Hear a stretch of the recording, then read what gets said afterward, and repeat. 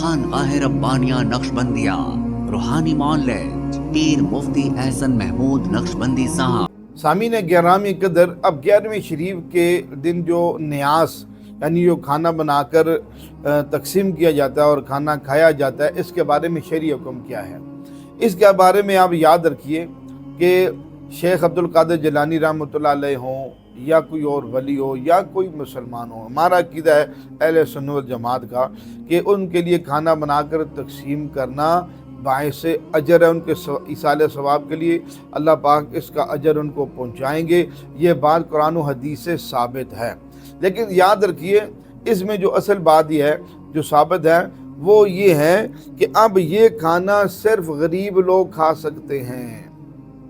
جی ہاں، اس میں اہم بات یہ ہے کیونکہ یہ کھانا جو کھلایا جا رہا ہے اس میں یعنی کسی کے ایصال ثواب کے لیے وہ صدقے کی نیت سے کھلایا جا رہا ہے، وہ صدقے کی نیت کر کے کھلایا جا رہا ہے کہ بھائی یہ میں فلانے، جب بھی یہ بات آ جائے گی جہاں بھی یہ کھانا بنے کسی کے ایصال ثواب کی نیت سے بنے تو وہ کھانے سے مراد وہ صدقے کا کھانا ہوتا ہے، اور وہ کھانا صرف غریب لوگ کھا سکتے ہیں۔ صاحب نصاب یا یعنی صاحب نصاب لوگ جو مالدار لوگ ہیں وہ اس کھانے کو نہیں کھا سکتے، ان کے لیے کھانا جائز نہیں ہے۔ اس کا خاص طور پر اس بات کا خیال رکھا جائے کہ بھئی یہ لوگ جو ہے نا اس میں، کیونکہ وہ کھانے میں امیر غریب سب برابر ہوتے ہیں، سب کو کھانا تقسیم کیا جاتا ہے، سب کھانا کھاتے ہیں۔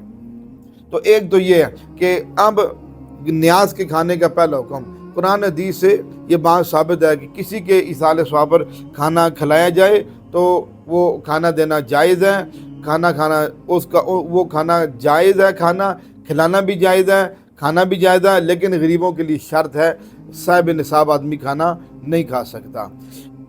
اس میں دوسری بات یہ کہ اسی طرح یہ بھی شرعی حکم ہے کہ آپ کھانا کھلاتے وقت آپ نے تعین نہیں کرنا کہ ہم نے جناب ہر مہینے کی 10 تاریخ کو کھانا کھلانا ہے، ہر مہینے کی 15 تاریخ کو کھانا کھلانا ہے، عام دنوں میں نہیں۔ یہ تعین کرنا ٹھیک نہیں ہے۔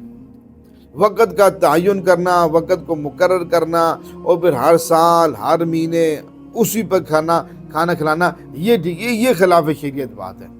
تو اس لیے اب جہاں بھی اب جیسے ہمارے جتنے بھی اکابر ہیں سب کا یہ ہے کہ اب ایصال ثواب کی نیت سے کھانا کھلانا جائز ہے، لیکن اس میں تعین نہ کیا جائے۔ تعین کرنا یہ باطل ہے، یہ جہالت ہے، یہ بے دینی ہے، تعین کرنا جائز نہیں ہے۔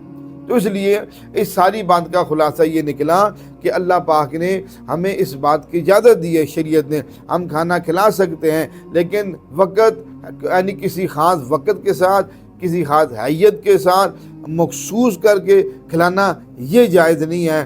اس کی پابندی لگانا، اس کو ضروری سمجھنا، کیونکہ اب 11ویں شریف کو کھانا کھلانا 11ویں شریف ہی کو ہی ضروری سمجھا جاتا ہے، وہ 12ویں کو نہیں کھلاتے یا 10ویں کو نہیں کھلاتے۔ اب یہ تعین کرنا، ایک حیت کا ایک وقت کو مقرر کرنا، یہ خلاف شریعت ہے، اس کے میں اجازت نہیں ہے۔ اس لیے ایسا کھانا جائز نہیں ہے جس کو کسی وقت یا تاریخ کے ساتھ مختص کر کے کھلایا جائے۔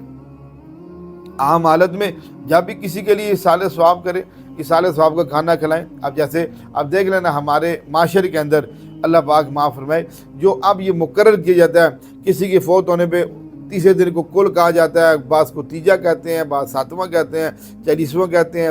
اب یہ جتنے بھی ہیں یہ تعین کر کے کھانے کھلائے جاتے ہیں، اس لیے یہ کھانے جائز نہیں ہے۔ ہمیں ان کھانوں سے پرہیز کرنا چاہیے، ان سے بچنا چاہیے۔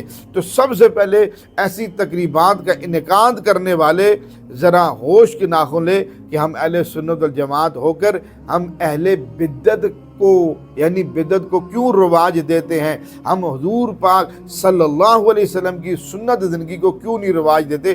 ہمیں اس کا سوچنا چاہیے اور ہم نے اپنی ذات سے اس کا عزم کرنا چاہیے۔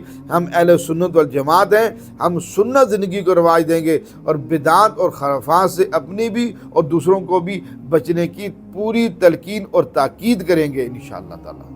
ہمارے ہاں جادو، جنات، بندش اور نظر بد کا شافی علاج قرآن و سنت کی روشنی میں کیا جاتا ہے۔